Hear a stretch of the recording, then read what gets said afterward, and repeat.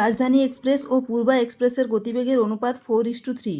পূর্বা express যদি 4 ঘন্টায় 72 kilometre পথ যায় তবে 3 ঘন্টায় রাজধানী এক্সপ্রেস কত পথ যাবে? এটি দেখো কেপি কনস্টেবল 2023 কোয়েশ্চেন। দেখো রাজধানী এক্সপ্রেস এবং পূর্বা এক্সপ্রেসের গতিবেগের অনুপাত দিয়েছে 4:3। সাধারণ অনুপাত যদি এক্স ধরি তাহলে রাজধানীর গতিবেগ হবে 4x কিলোমিটার পার আওয়ার আর পূর্বার হবে 3x কিলোমিটার পার আওয়ার।